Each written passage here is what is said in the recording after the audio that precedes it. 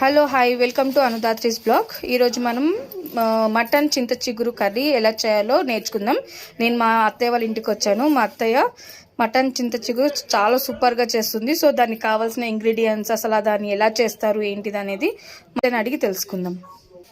అత్తయ్య ఏం చేస్తున్నావు ఇప్పుడు? చింత చిగురు మటన్. ఓకే, సో అరకిలో మటన్కి మనం పావు కిలో చింత చిగురు తీసుకున్నాం. ఇవి రెడ్గా ఉన్నాయి, వగరు ఉంటాయి, పులప తక్కువ ఉంటాయి, అందుకు ఆకు ఎక్కువ పడుతుంది. ఓకే, ఇది పుల్లప ఎక్కువ, ఈ ఆకులు పుల్లగా ఉంటాయి. ఓకే, గ్రీన్ గ్రీన్ గా ఉన్నవి మనం తీసుకోవాలి. ఓకే, ఇవి చాలా పులుపగా ఉంటాయి. ఎర్రవి తీసుకోకూడదు, అవి వగరుగా ఉంటాయి. మరి అన్ని వచ్చేస్తున్నాయి కదా, మన ఊరి సైడ్ అయితే అన్ని కరెక్ట్గా కుదురుతాయి. ఓకే, అందుకని ఇంకెంత ఆకు పట్టాలి. ఓకే, అరకిలోకి కిలో మటన్ కి మనము దగ్గర దగ్గర 200 గ్రామ్స్ ఆఫ్ చింత చిగురు తీసుకొని, సో ఇది నార్మల్ గానే తీసేయడమా, దాన్ని నలపడం అలా ఏమన్నా చేస్తాం? నలపాలా? ఓకే, ఇది వరకలా ఒరిజినల్ రావట్లేదు కదా, ఏర్లేం కాబట్టి ఇలా గుల్లగా, ఓకే, గుల్లగా పట్టుకుని ఆకు ఇట్లా గట్టిగా నలిపేమనుకో మెత్తగా ఉండలాగైపోతుంది. ఓకే, గుల్లగా పట్టుకుని నలపాలి. సో అలా చేయడం వల్ల పులుపు అనేది వస్తుంది అంటుంది. పుల్లలు తగలవు. ఓకే, ఈ పుల్లలు వస్తాయి కదా, తగలవు. మరి మిక్సీ వేసుకోవచ్చు కదా? మిక్సీకి బాగుంది. ఓకే, అదైతే మొత్తం పేస్ట్ లాగా అయిపోయి టేస్ట్ ఉండదు. ఆకులాగా ఉంటేనే బాగుంటుంది. మటన్ కప్పుల్లో పూతన్నమా బాగా తడిపేసారు, అందుకని కొంచెం ముద్దలా వస్తుంది. గుల్లగల్ల ఇలాగా అంటే ఎలా నడిపి ఇలా పెట్టు. ఆంధ్ర స్టైల్ మటన్ చింత చిగురు అంటే ఇది కొంచెం గ్రేవీ లాగా వస్తుందా, కొంచెం ఇగురు లాగా? గ్రేవీ లాగా బాగోదు, ఇది ముద్దలాగే ఇగురు లాగా దగ్గరికి వేసుకోవాలి మనం. మసాలా ఎక్కువ వేసుకోకూడదు. అల్లం పేస్ట్, చికెన్ మసాలా అలా ఉంటాయి కదా, ఎక్కువ వేసుకోకుండా గరం మసాలా లైట్ గా స్మెల్ రాకుండా ఉండటం కోసం లైట్ గా.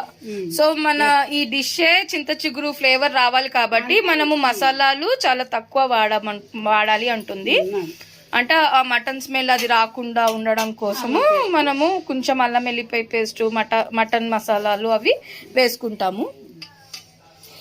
మళ్ళీ ఈ పుల్లలో ఇలా గేరేసుకోవాలి. అది ఉంటే ఏమవుతుంది? నోటి ఓకే, లేతకన్నా ఉడికిపోతే ఇది లాగుందా ఉడకదు. ఓకే, అందుకని మన గొంతు గుచ్చుకుంటుందని ఏరుకుని శుభ్రంగా నీట్ గా చేసుకుని వేసుకోవాలన్నమాట. ఓకే, అమ్మ చిన్నప్పుడు మా చిన్నప్పుడు ఇవన్నీ చారులో కాస్తుంది. మనం చింతపండు చారు పెట్టుకుంటాం, అలాగే ఈ కాళ్ళ చారు పెట్టుకుంటాం. చింత చిగురు చారా? అదే టేస్ట్ ఉంటుంది. అప్పుడు ఎక్కువ ఉండి మరి అంత వాళ్ళేం కదా, ఇక్కడ హైదరాబాద్ లో దొరకదు కాబట్టి అన్ని చారు కాస్తుంది. మేము మటన్ చింత చిగురు కర్రీ చేసుకోవడానికి కావాల్సిన ఇంగ్రీడియంట్స్ చూసుకుందాము. 1/2 కిలో మటన్ తీసుకుంటున్నాము అండ్ 200 గ్రామ్స్ ఆఫ్ చింత చిగురు మనం మొత్తం ఇట్లా నలిపి ముద్దలాగా చేసుకొని వేసుకోవాలి.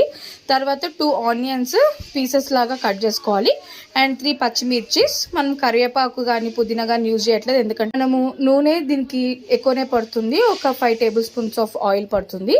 అండ్ అల్లం ఎల్లిగడ్డ పేస్ట్, ఇది మటన్ మసాలా, కారము, పసుపు, పింక్ సాల్ట్. పింక్ సాల్ట్ హెల్త్కి మంచిదని చెప్పి పింక్ సాల్ట్ యూజ్ చేస్తుంది మా అత్తయ్య. సో టేస్ట్కి తగ్గట్టు మనము వేసుకోవాలి. మటన్ని మనం ముందుగానే మ్యారినేట్ చేసుకోవచ్చు, కానీ ఇప్పుడు మేము యాజ్ ఇట్ ఈజ్ మ్యారినేట్ చేయకుండా కుక్ చేస్తున్నాము. ఏంటిదో మనం చూసుకుందాము ఇప్పుడు.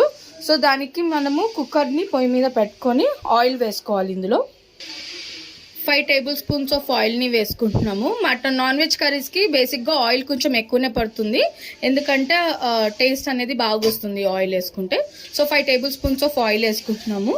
దాని తర్వాత ఆయిల్ కొంచెం బాయిల్ అయిన తర్వాత ఆనియన్, పచ్చిమిర్చి, కట్ చేసుకున్న ఆనియన్స్, పచ్చిమిర్చి ఆయిల్లో వేసుకొని అది గోల్డెన్ బ్రౌన్ కలర్ వచ్చే వరకు మనము దానిని ఫ్రై చేసుకోవాలి బాగా. అండ్ ఆయిల్లో ఉన్న వాటర్ కొంచెము పోవాలి అంటే కొంచెం మనం సాల్ట్ వేసుకుంటే ఆనియన్స్లో ఉన్న ఆ వాటర్ కంటెంట్ అనేది తొందరగా ఎవాపరేట్ అయిపోతుంది.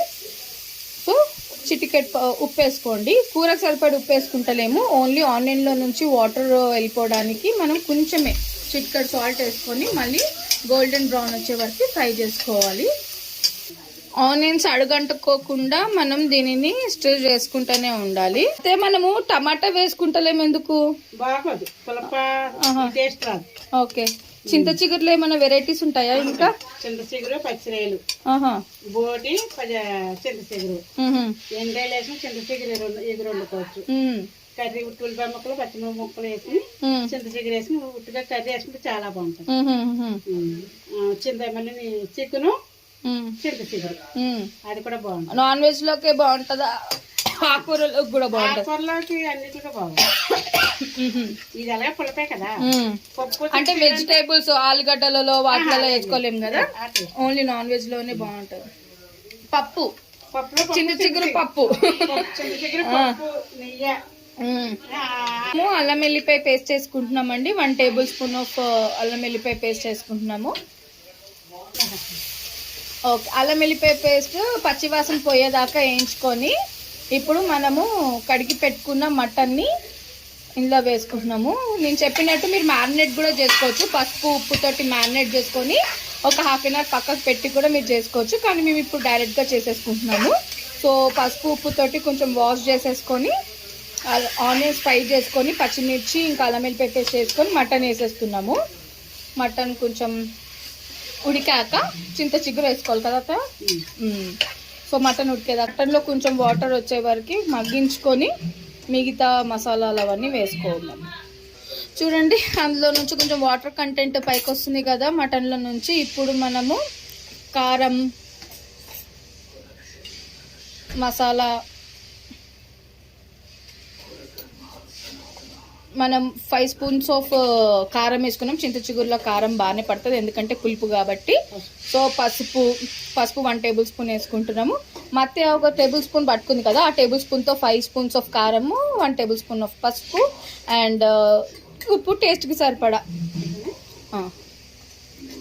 పింక్ సాల్ట్ యూజ్ చేస్తున్నాం మేము. ఇప్పుడు మనం మటన్ మసాలా బయట ఎవరెస్ట్ మీట్ మసాలా అని దొరుకుతుంది. ఆ మీట్ మసాలాని మనం వేసుకోవాలి. 1 table spoon of meat masala వేసుకుంటాం.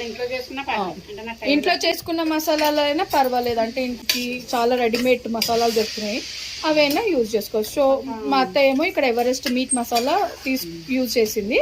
సో ఇప్పుడు ఆ మసాలాలన్నీ బాగా కలిసేటట్టు మటన్ని కలుపుకోవాలి. కారం కావాలంటే పచ్చిమిర్చి వేసుకుంటే బాగుంటుంది. కొంచెం కారం కావాలి అనుకుంటే మీరు పచ్చిమిరపకాయలు వేసుకోవచ్చు, మీ ఇష్టం. లేదంటే కారం పొడి అయినా ఇంకొక టేబుల్ స్పూన్ వేసుకోవచ్చు. సో ఇది కొంచెం ఉడకాలి. ఇప్పుడే చింత చిగురు వేయమంట. Water present మగ్గుతుంది. ఇప్పుడు వాటర్ వేయాలంట ఇందులో. సో మూత తీసుకొని వాసన అదిరిపోయింది.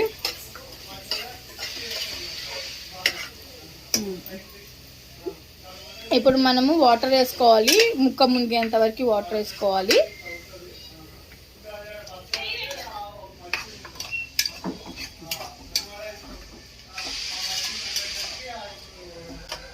ఇప్పుడు కుక్కర్ మూత పెట్టేసుకోవాలి. మనము విజిల్ పెట్టేసుకొని 3 విజిల్స్ వచ్చిన తర్వాత మళ్ళీ ఓపెన్ చేసుకొని చింత చిగురు వేసుకొని మళ్ళీ విజిల్ పెట్టుకోవాలి. ఇప్పుడు మటన్ గట్టిగా అయిపోతుంది. ఓకే, ఇప్పుడు వేసుకోకూడదు అంటే, ఇప్పుడు వేసుకుంటే మటన్ చాలా హార్డ్ అయిపోతుంది, మెత్తగా ఉండదంట. సో అందుకనే నార్మల్ మటన్ కర్రీ ఎలా చేసుకుంటామో అలా చేసేసుకొని లిడ్ పెట్టుకొని 3 విజిల్స్ వచ్చిన తర్వాత మళ్ళీ మనం చింత చిగురు వేసుకొని ఒక విజిల్ పెట్టుకుంటే నార్మల్ గా ఉడకబెట్టేసుకున్నా సరిపోతుందంట.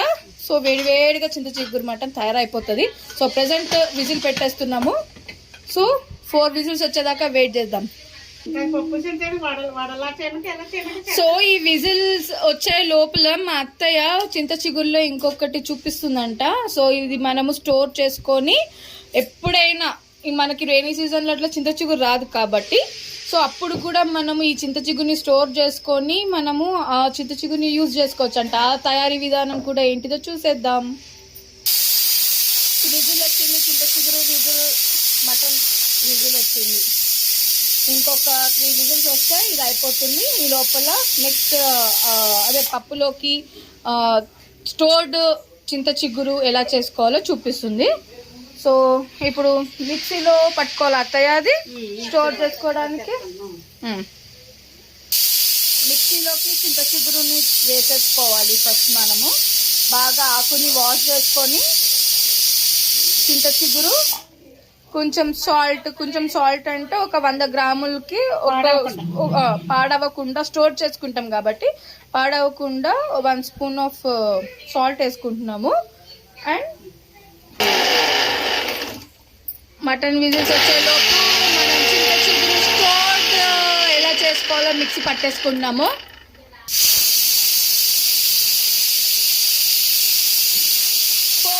వచ్చాయి, స్టవ్ బంద్ చేసేసుకున్నాము. ఇప్పుడు ఈ చింత చిగురు మొత్తం పేస్ట్ అవ్వాల్సిన అవసరం లేదు, జస్ట్ ముద్ద అయ్యేటట్టు ఉంటే సరిపోతుంది. సో అలా కచ్చపచ్చగా రుబ్బుకొని, ఓపుకున్న వాళ్ళు రోట్లో వేసుకొని రుబ్బుకోండి, ఓపిక లేని వాళ్ళు మిక్సీ వేసుకొని ఇట్లా ఒక్కలొక్కలుగా పెట్టుకొని ఇలా ఉప్పుతోటి ఎండలో పెట్టుకోండి, ఇలా చేసుకొని వడల్లాగా చేసుకొని ఎండలో పెట్టేసుకోవడమే. ఇప్పుడు ఇలా ఇది స్టోర్ ఎన్ని మంత్స్ ఉంటాయి అత్తయ్య? ఇలా ఇది 6 నెలల సంవత్సరం ఉంటుంది. 6 to 1 year వరకు ఉంటుందంట. 6 months to 1 year వరకు ఉంటుందంట.